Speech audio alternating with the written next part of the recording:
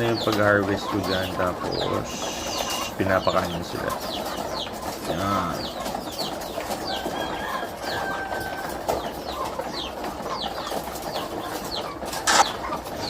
Ganyan dapat ang pagpapakain dyan. Tapos dapat yung environment nila tahimik, walang katabing bahay kasi medyo maingay sila.